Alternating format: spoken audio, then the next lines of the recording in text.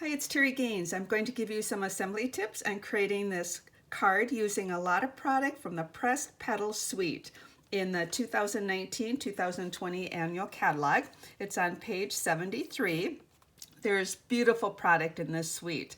Before I show the product, I do want to tell you that Stampin' Up! Has made it easy for us. There is one code number that's going to give you everything in the suite, one of everything, including the 10% savings on the bundle.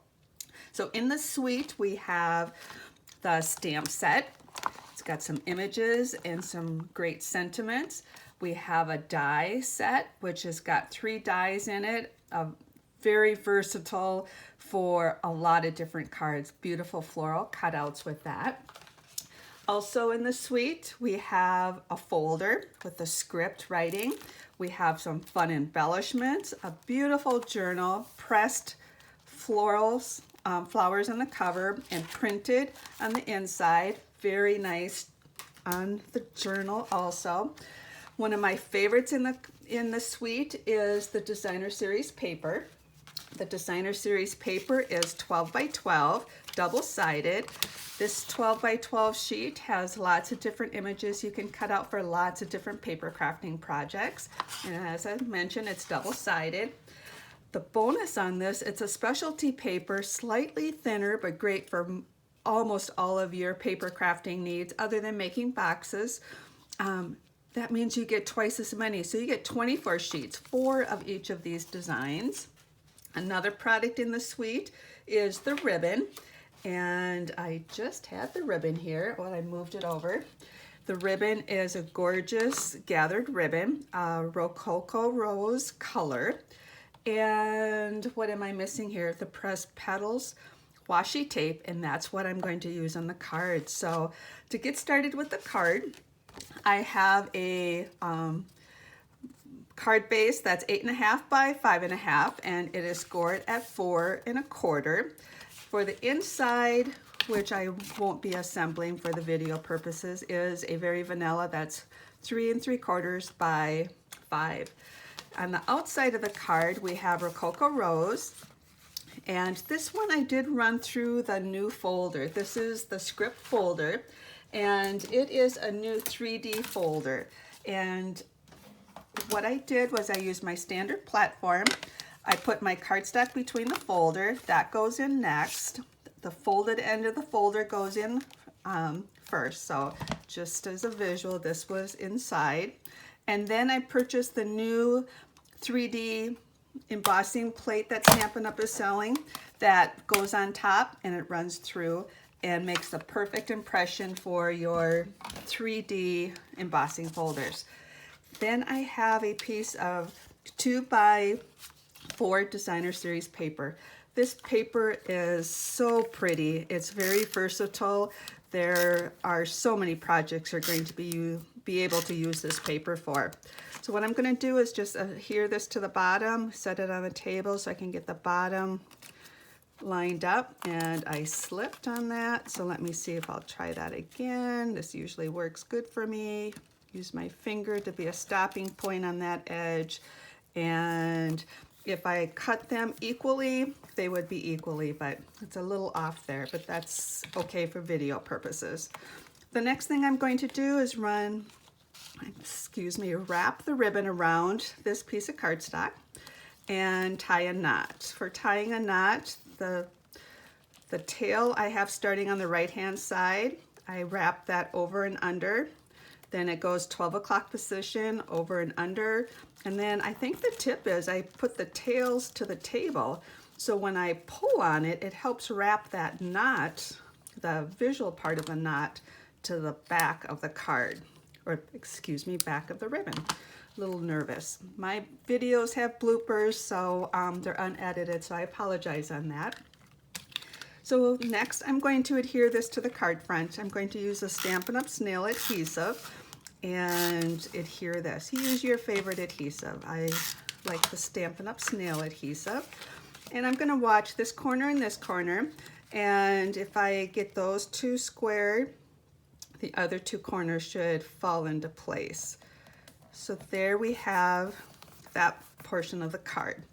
I've already ran the die through the folder, excuse me, the die through my cutting machine using the copper paper, cutting the copper paper. Anytime I'm using a foil paper, I cut it to size, and almost all the time I put a piece of wax paper over it. It's for two reasons. It's going to help release my die. I do like using the die brush to do that also once I ran it through. But also if I have some small cuts on my plate, it doesn't transfer those to my foil. If you have deep cuts, it might go through the wax paper. I don't run a larger piece like this through because I know I'm going to scar the rest of this paper up. So I always trim it to size.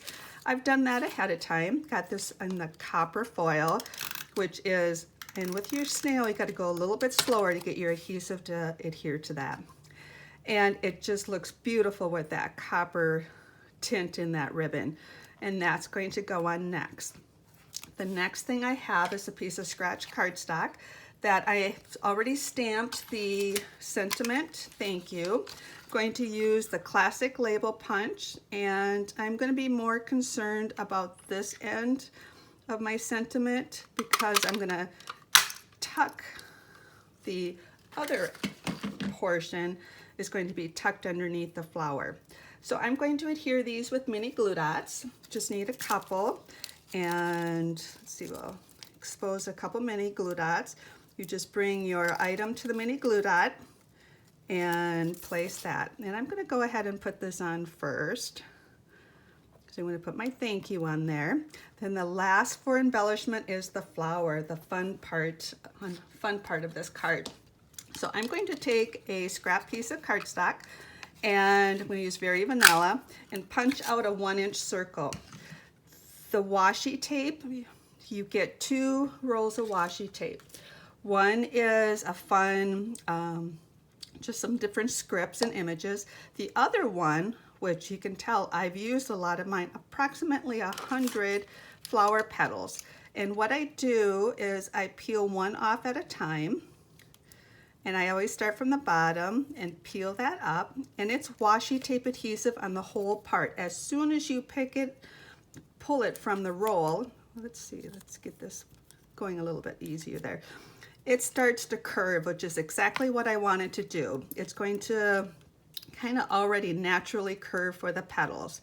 And I'm going to go ahead and pull 5 of these off and place them. I don't worry too much about spacing, and I'm going to set that down. And then, as I mentioned, it automatically starts curling.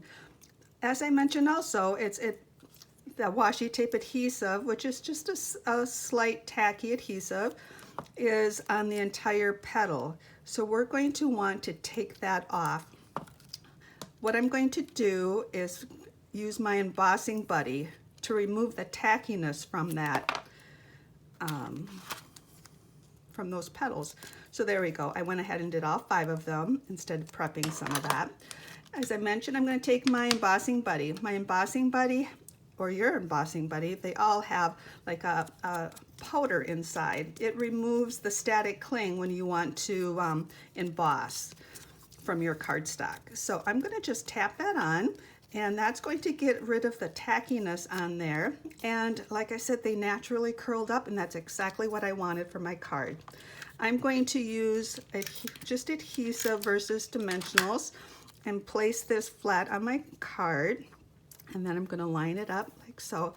Then I'm going to add these one of these fun perennial essential centers. These have an adhesive back on them already. Got a little dimensional on there. And we're going to just take this and get that more centered. There we go. That's the assembly tips on this fun card. If you found me via YouTube, look in my comment section for a direct link to my blog post where you'll find the supply list, measurements, instructions for this project. There'll be a PDF tutorial you can download and a direct link to my Stampin' Up! Store to purchase the supplies. Thanks for stopping by. Hope you enjoyed creating this project with me.